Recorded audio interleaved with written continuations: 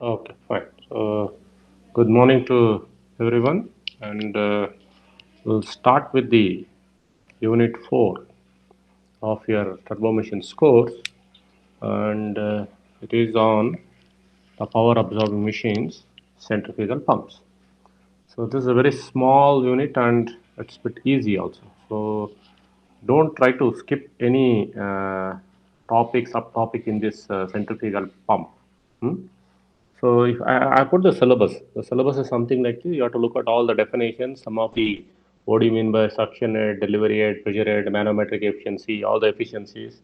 Then you have one couple of derivations. One is the minimum starting speed, and we'll discuss on what is meant by a slip. Yeah, in case of a centrifugal pump and why we need to priming. I think now I think now with the advancement of technology, the priming is the least thing. So now most of the pumps which come up are they're all self-priming pumps, and we'll discuss on the cavitation. It's still there, and lot of research work is going on this. And the last we'll end up with the what is called as net positive suction head, which is called as NPSH. Okay, this is about our cylinder. So I have put a sketch at the bottom. You can see this. This is construction of a centrifugal pump. This is construction of a centrifugal pump. You might have seen this. I want everyone to please mute. Someone is unmuted. So construction. You know who's that? Who was unmuted? Srikanta, please. Hmm?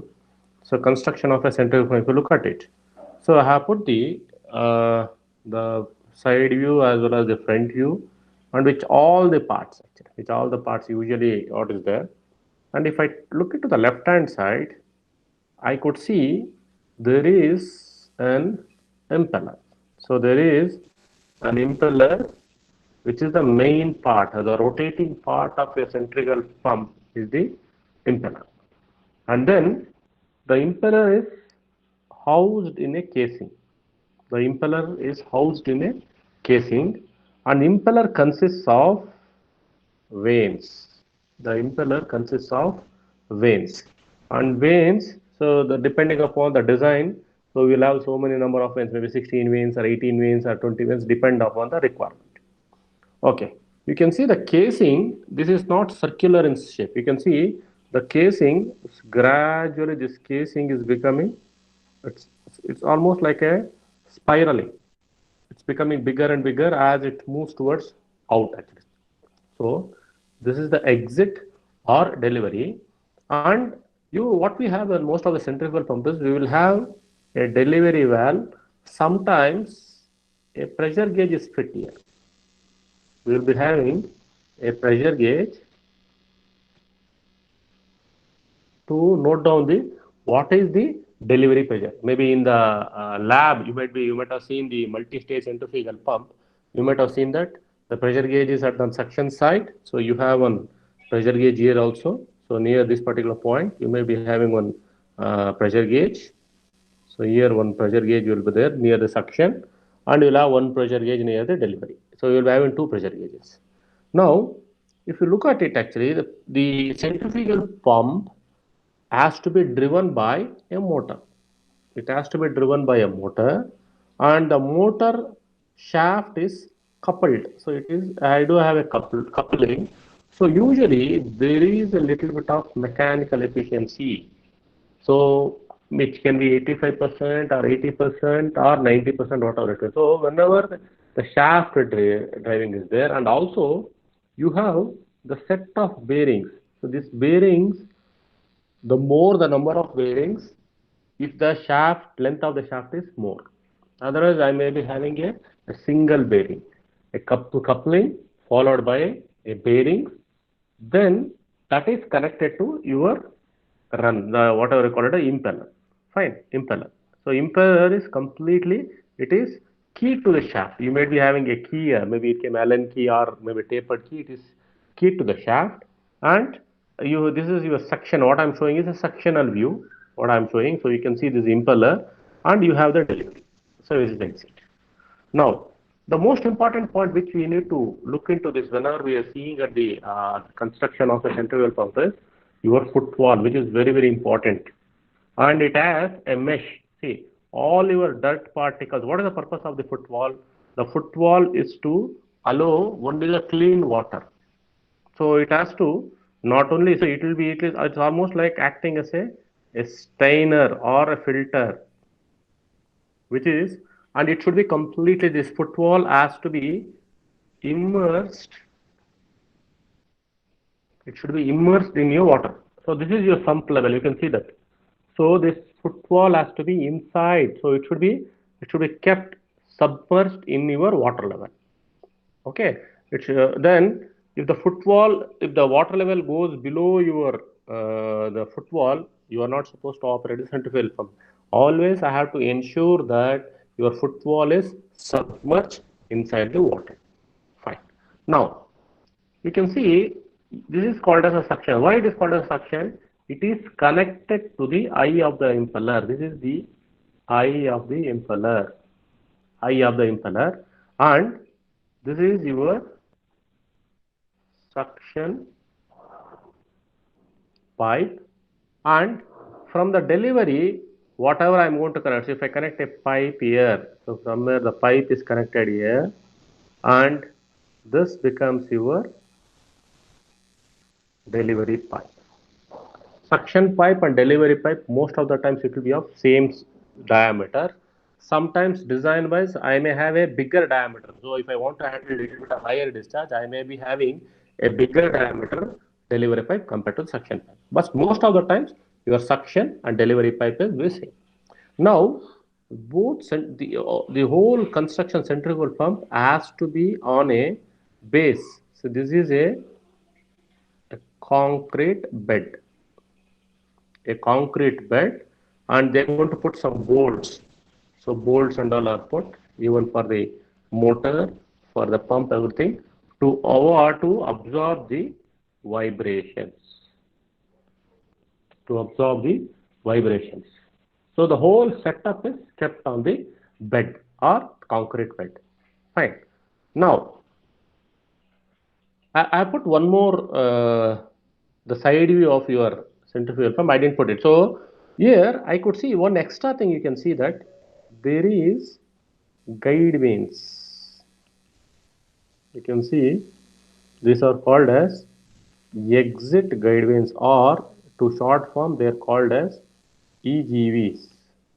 So whenever I'm trying to deal with higher pressures, whenever I'm trying to centrifugal pump to operate at higher pressures, so maybe more than 6 bar or something, or maybe, yeah, 4 to 6 bar, when that numbers are more on higher pressures, so the pressure that is coming out of your impeller may be not just sufficient, it may be not sufficient.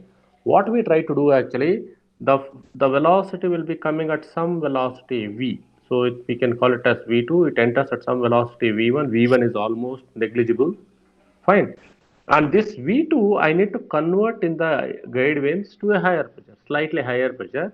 So for that, actually, I'm going to put a diffuser blades, or it's also called as exit guide blades. Diffuser blades or exit guide blades. And you can see the whole casing, it is spiral. As I told, it's a spiral, just like you wind a thread around a pencil or something. You try to leave it, what will happen? It takes the shape of a spiral. It takes a shape of a spiral actually. It's spiral in shape. So that is the shape of your casing. Okay. So if I want to, by construction, or if you want to look at it, whenever I'm trying to handle the low pressure, I will go with a simple impeller. So if I want to handle the high pressure, if I want to handle high pressure liquid, that is water or whatever it may be, we will go for a casing with, or maybe a side of centrifugal pump with guide vanes or diffuser blades. Fine. Now let us look at the classification. This is about your construction of a centrifugal pump. How the centrifugal pumps are classified. So classification of centrifugal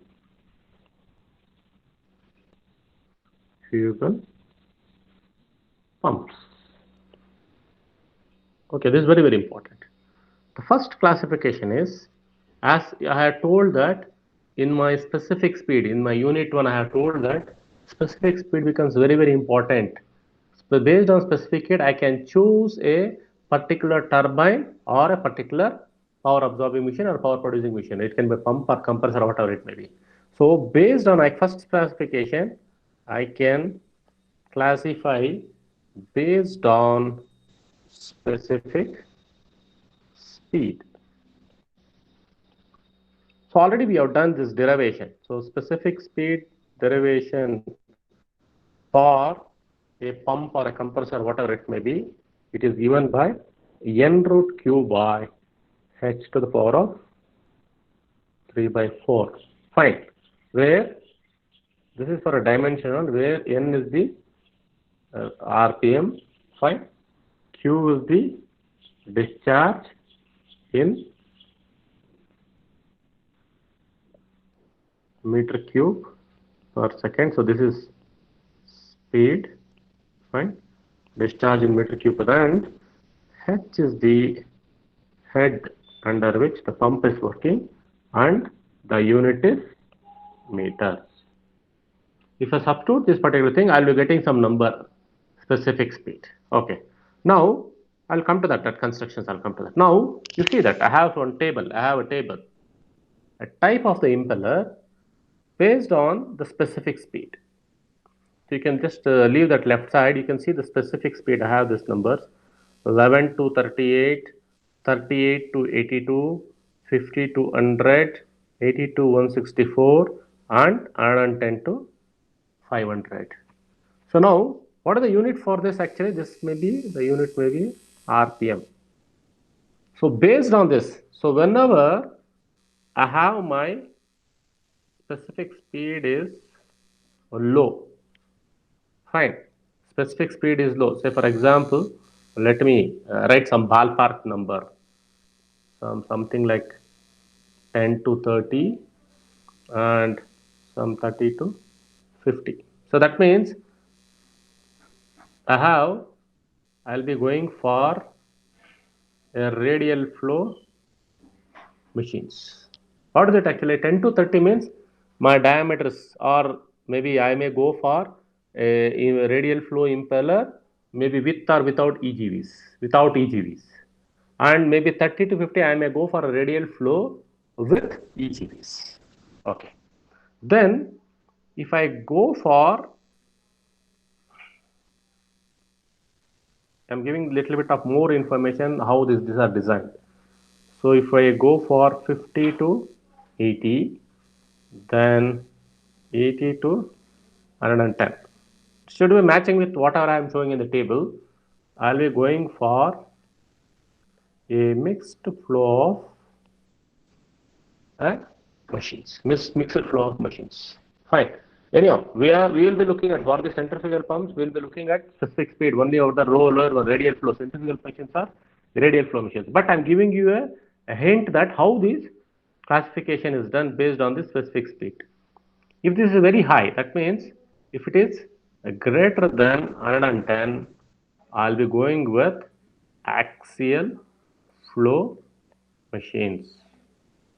And we are trying to concentrate our discussion only on lower specific speed numbers. Okay. Now I have shown something about radial flow, mixed flow, and axial flow. Fine. How are the corresponding, maybe the impellers may look like? I have some cross sections I have taken from the internet. You can see this. You can see the cross section of it. A radial flow means this is your D1. You have the D1. This is the hub diameter. Fine. It's also hub diameter. D2 is also called a tip diameter. And you can see B1 and B2. This is the width actually. Width B1. B2, you can see that this two what I have actually, they're all radial flow. What do you mean by radial flow? the flow is exactly in the radial direction when I have my axis here. So this is my axis, they are almost perpendicular to it. Then the second case, so if I go for it, this 2, this 2, this will be for a mixed flow machines where, see, your flow may be little bit, this is actually, this may be little bit, it is not exactly radial, but slightly it will be. That is not exactly 90 degrees, it may be slightly around 100 degrees or whatever it may be. But this will be at some angle. Actually. Okay, so C and D may be your mixed flow machines. And here what will happen, the flow is exactly in this direction parallel to your axis. This will be your axial flow machine. All those things that I'm trying to give some extra information for you. But based on the classifications, I can go with the specific speed n root q by h to the power of 3 by 4. I will be getting a radial flow machines having 10 to 30 or 30 to 50. So this is the thing what I was supposed to tell, but I'm giving some more information where I have the mixed flow as well as for the axial flow machines. Now, next type of classifications. Second one, based on head availability. What is it? What is the fluid that is available? That is the what is the head available? That means the pump has to work under some amount of water. That is pressure head. Pressure head. Head available means this is actually this is the pressure head. The pressure head. So here I can classify as low head machines.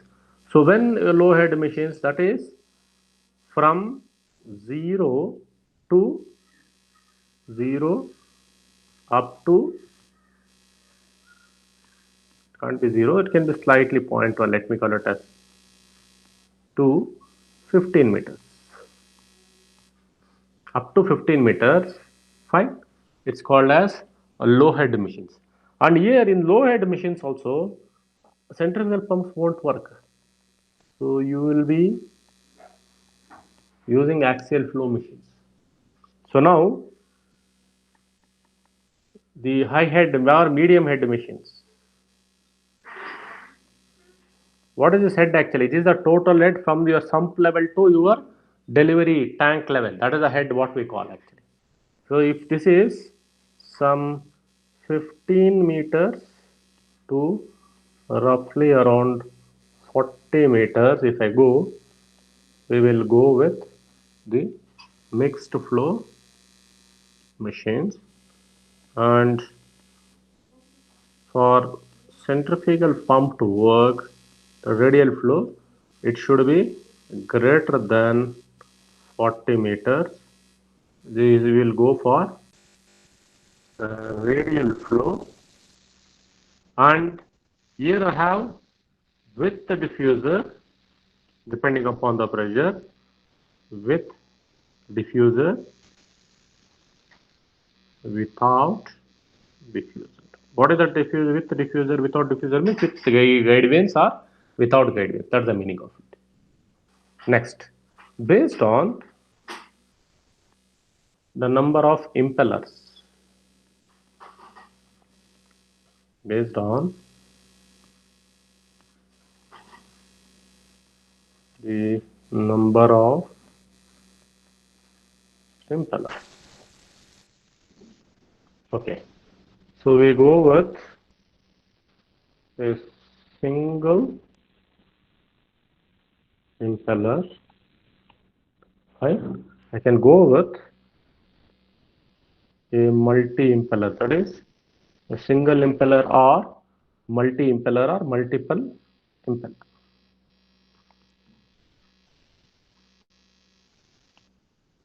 And some books they call this as staging. They call it as staging. Now, based on the type of the impellers, based on the type of the impeller that is considered. So I have a sketch here. Let me take.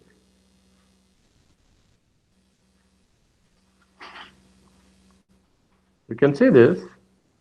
We do have open type impeller, closed type impeller, and semi-open type. If you look at this one, the first one, this is open type.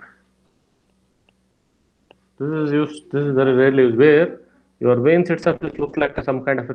If you see some sprinklers and all, so if that is the case of if the centrifugal pump is of that kind actually, then it's an open type one which is very rarely used, and it is only used for very low pressures. And most of the time, the type of impeller that is used is the closed one.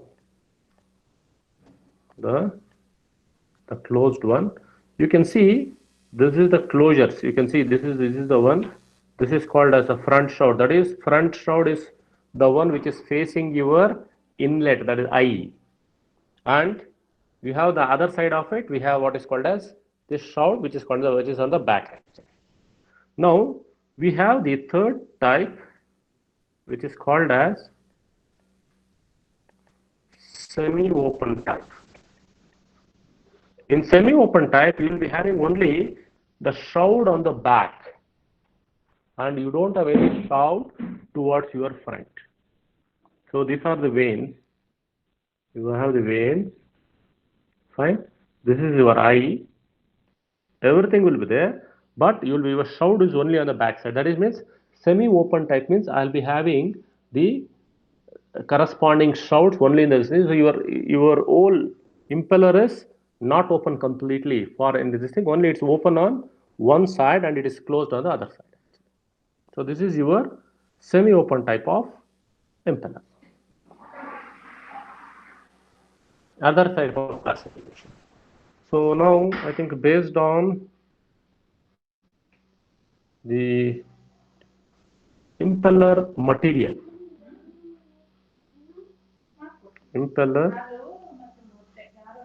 they're all I think they're all casted. I think impellers are they're all casted. So earlier I think when they started with the your centrifugal pump, the first thing they used to use cast iron. Then slowly they moved towards alloy steels. Then I think in that alloy steel also they can go with the stainless steel. This is one type of thing. And you might have seen that I think after the advent of plastic, so now we have seen the plastic one. Now within the future, we are going towards composites, and in that composites, so they are all 3D printed. When we go toward composites, I think we are going for 3D printed where, so we can get what is the advantage of going for composites and 3D printing? I can get some very complicated shapes using your 3D printing material. So that's why we go for 3D printed materials. Right. Next, sixth one. Based on the direction of flow, this already we have seen. So once again, I'm repeating. Based on the already this is pumps are based on direction of.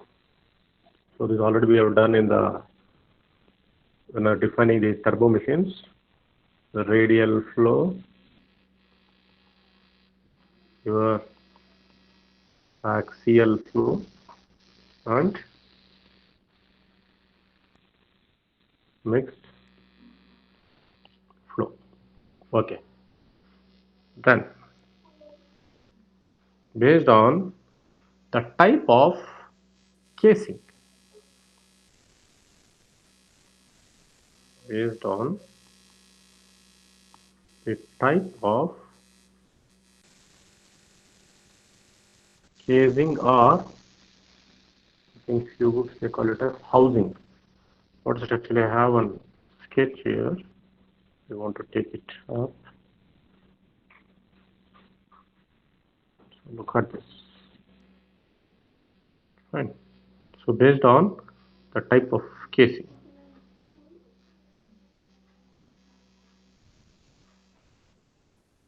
You can see this.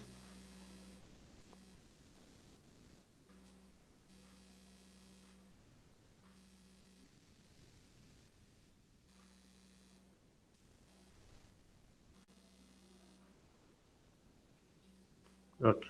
Fine.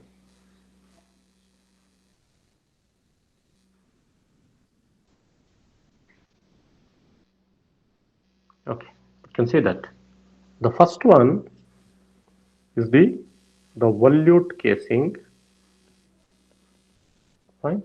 And the second one is of vertex casing, and the third one is of the diffuser type. So in the diffuser type, we have two. One is with vein and without vein. This is called as veinless. Now look at the first one, volute. You can see the volute. See, it all depends on how you might. If you are a little bit, if you studied something about your geometry or your drawing, and all, you might see what is the volute and the vertex actually. Volute and the vertex is something, but you can look at it. It is the shape of that particular thing. When you wind a thread or something, what you're going to put it on a pencil or some kind of a solid object and leave it, it is the shape formed by that particular thing. Whatever its shape it forms, so those are called as volute and vertex. One advantage of going for this vertex is actually you can see that the vertices are formed. You can see I have maybe the broken circle I have. The vertices are formed. The vertices has to be killed. See, there is a vertices, they are a formation vertex. Vertices are formed in a centrifugal bubble. If I allow the vertices to form and the vertex has to get killed in the casing, so such a type of design is called as a vertex type of a casing. Now, when you come to the diffuser type, it's almost something like it looks like very similar to you have a simple circular one and you have an impeller. You may be having, see, these are the veins. You may have veins or you may not have the veins. That's why it is called as vein and veinless diffuser type of your centrifugal compressor or diffuser type of compressor. Even I can have these guide veins, all those things, even for axial flow, mixed flow. So overall, if you look at this is the classification of any type of pump cycle. So classification of the pumps. Okay. Now, so what are they? Hello, sir. Yes, tell me. Sir, Yeah, one small doubt. So yeah, tell me. diffuser is nothing but the set of guide vanes, no, sir? Diffuser is not guide vanes. The diffuser is the casing. You can call it as a casing. Diffuser means it has to diffuse. Say, diffuser means it is something like a closing which will be helping in recovering the pressure. See, if you closely look at all your casings are diffusers only because in either it's a vertex type or volute type or whatever it may be, the pressure has to recover. So diffuser, the main meaning of the diffuser means it is a device to recover the pressure. So here they are given some name with veins and veinless. So the name they are given, that's it. All are diffusers only. The design they are calling Okay, it sir. as diffuser. That's it. That fine? Okay. Okay, sir. There are no doubts. I think we'll move further. As I told in the syllabus, we have different types of heads associated with centrifugal pump. Let me call it as the other calling it as different heads. Let me call it as the pressure heads. So let me call it as the different. They they're all the pressure heads associated with centrifugal pump. So I have taken sketch from the internet textbook. So it's easy for me to explain. Fine. This is the sketch what I have. I'm sharing with you all. Okay.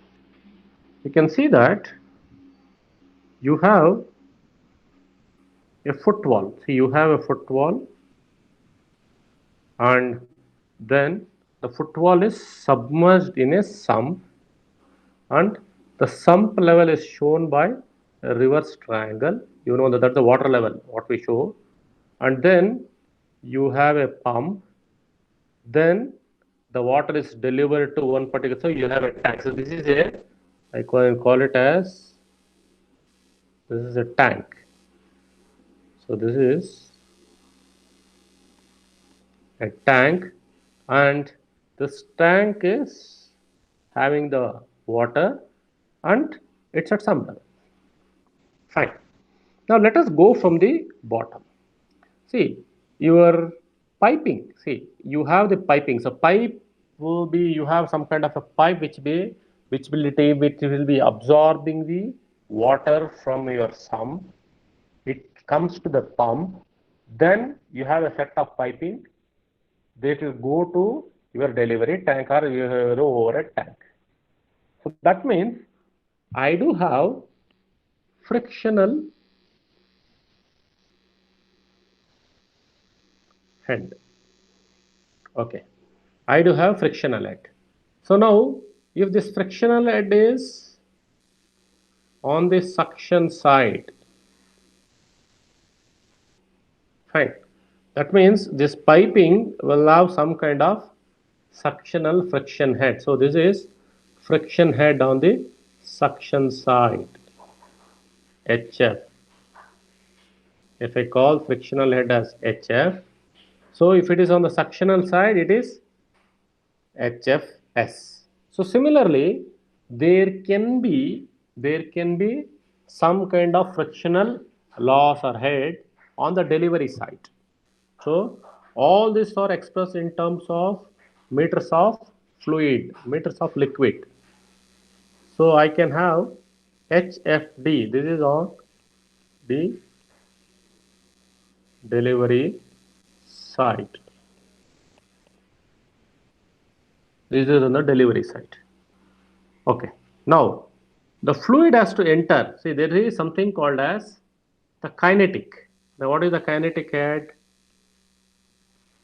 There is the kinetic head. Suppose the fluid enters at some velocity at the inlet. So usually the suctional velocity is very less and negligible. Therefore, your Vs square by 2g. So Vs square by 2. So 2 is this in terms of head. Vs square by 2 is the corresponding. It will be giving in terms of Newton meters of joules. So if I divide it by g, I'll be getting in terms of head. So this will be corresponding unit will be in terms of meters. Similarly, what will happen? The fluid will be entering. See, fluid will be exiting at some velocity Vd at the exit. So I'll be having, see, that is the loss. See, the fluid, after delivering the fluid into your tank, it has to come to zero. If the kinetic energy is completely absorbed to pressure, it has to come to zero. If there is some velocity of the fluid at the exit, so this is usually, this is an exit loss, and that's an exit loss which is mainly because of the kinetic. And Vd or V2, so some few books they call it as V2, whatever it may be, Vd or V2, whatever it may be, that is your exit velocity. Okay.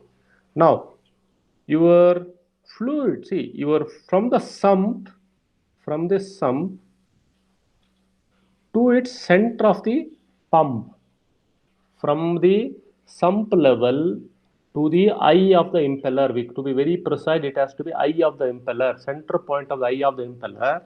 We call that as suction head.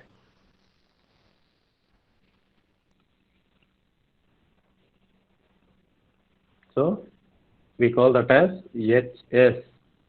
This is the suction head. What is it actually? It is the head from the sump level to the midpoint or eye of the impeller. Then, okay, HD.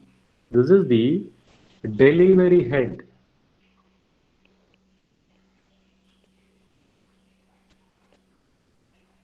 What is the delivery head? This is the head to which, see, I need to deliver the fluid to the particular overhead tank from the center of your pump.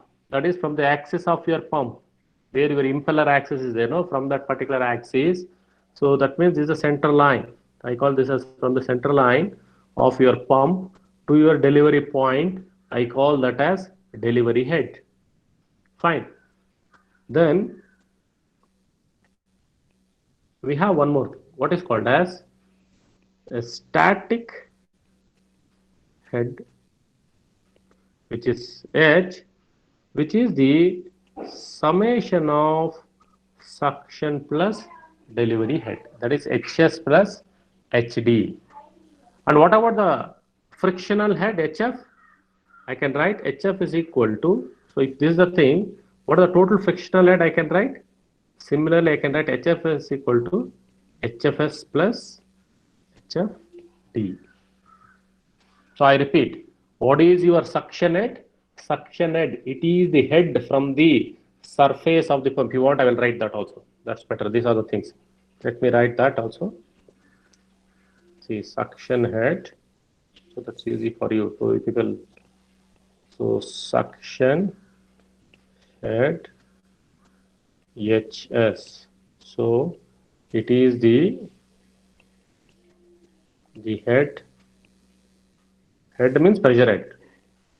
It is the head from the surface of the sump to the eye of the impeller, or you can call it as center line of pump. Let me underline eye of the impeller and surface of the sump. Then similarly, what is your delivery head?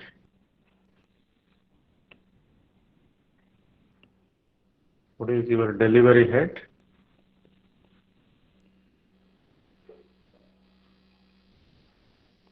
H suffix D. It is the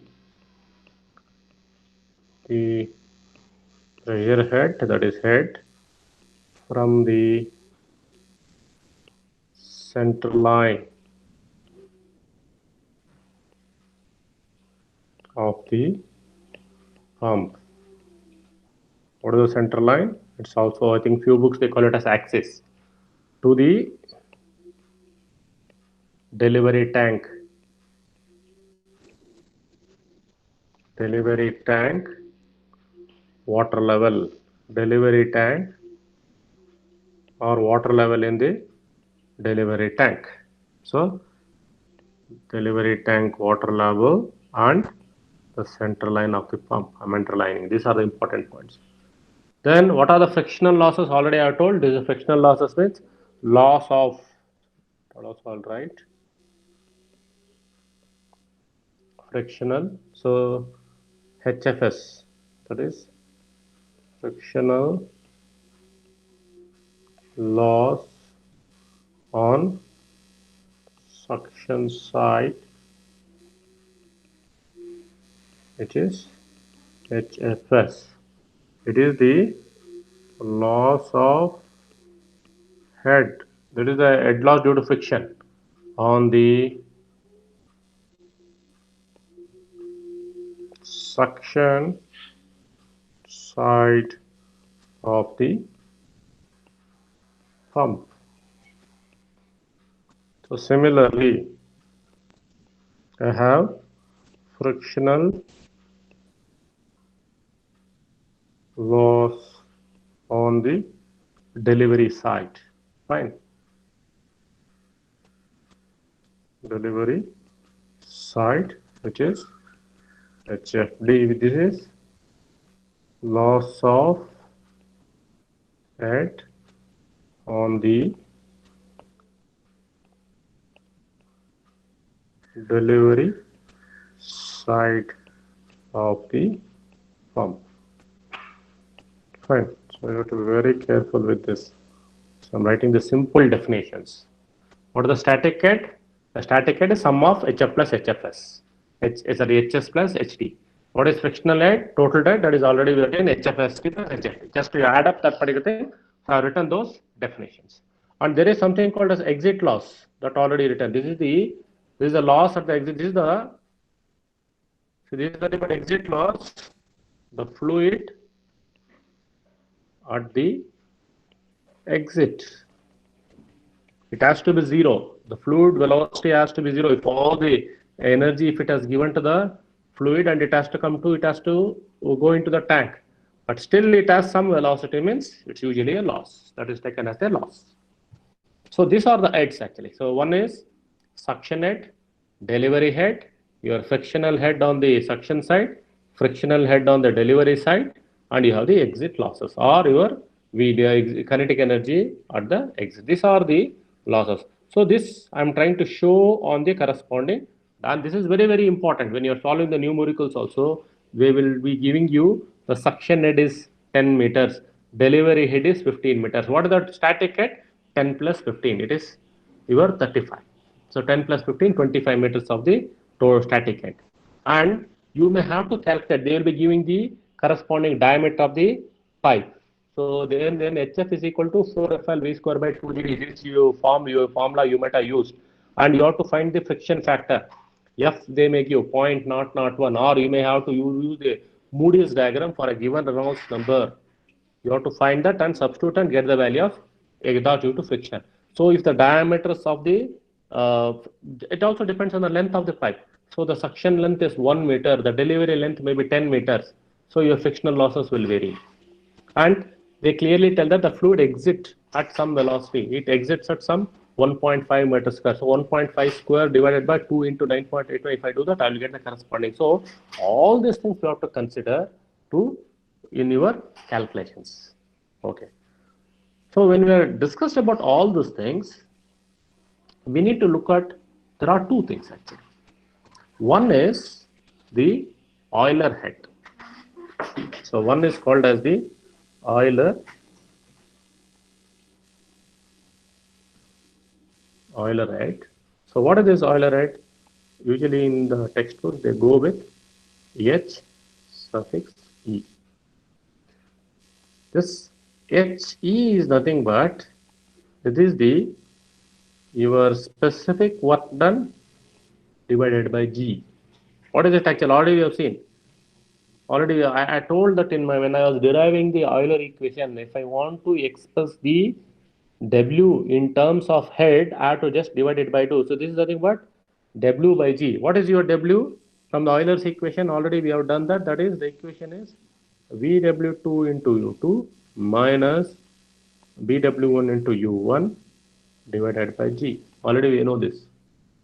Okay. This is from Euler equations. Even in this there is a case, special case. What is it actually? The special case is if the velocity of the whirl at the inlet is 0, that is no inlet whirl condition. If that is the case, then what will be your HE? Your HE will be equal to simply VW2 into U2 by G. This is your Euler's equation. And the corresponding head, what you're going to get from your Euler equation is your Euler head. And we have one more type of head that is called as this head is very important. We call that as manometric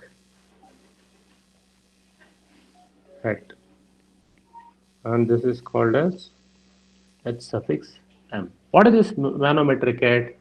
This is the head under which your pump will work. The head under which your pump will work. So this is the